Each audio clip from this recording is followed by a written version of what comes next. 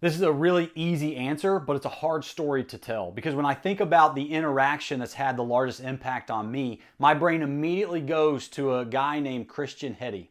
I was in Tampa, Florida not that long ago. I think it was 2021 and about February or so. And this kid's coming up to me in my line, and I could tell right away he was going through some sort of cancer treatment because he kind of had that sunken in face that usually comes along with radiation and chemo, and kind of the pale skin.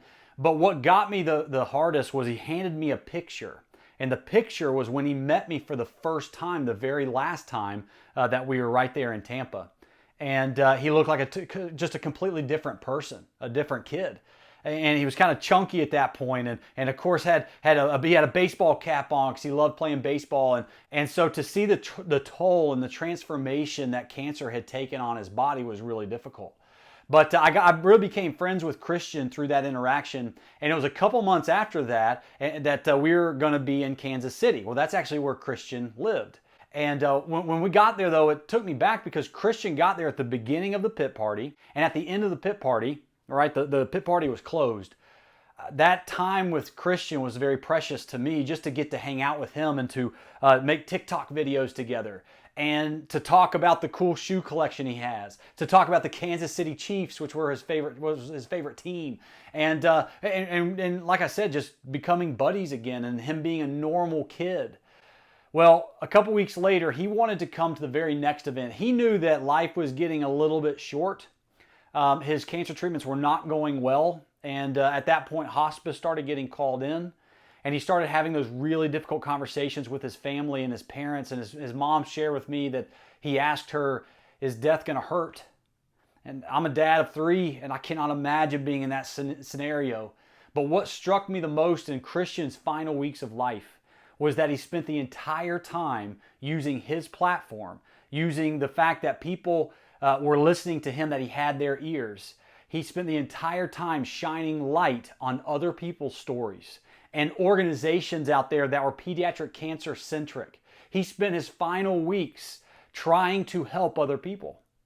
And not only is that inspiring and that made an impact on me, but it was really the last interaction I got to have with Christian. Was he was supposed to come to that last event, and he wasn't going to make it. We went out and we took a Great Clips flag that comes off of our Mohawk Warrior truck that we run on it, and we draped it over his seats that he was planning on sitting in. And I got to take a video from the floor, and this was all pre-show, and I told the stadium and everyone that was sitting in those seats what was going on. And we got to record a video of the entire stadium yelling, "Christian, we love you!" 2, 3! Now, what was so hard for me about that was sending the video to his parents and knowing and asking them, "Hey, please, if Christian wakes up, he has a chance to watch this video, please do that." And he was in and out. He wasn't awake very much at that point because it was in his final moments. But they told me he happened to wake up long enough to watch that video, to see a multitude of people just letting him know that he is loved before he fell back asleep. And it's really hard for me to talk about those moments because when I thought about being a professional driver, I didn't expect those moments to happen.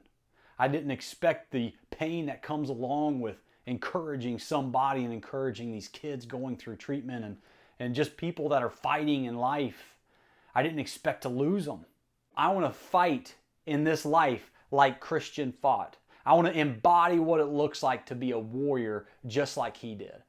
So to me, not an easy story, but that's a very easy answer. Christian Hetty, buddy. I miss you every day. Christian, we love you, buddy. We're thinking about you the whole stadium, the whole night. Thank you for inspiring so many of us. Thank you for inspiring me, Christian. And we are so proud of your fight, buddy.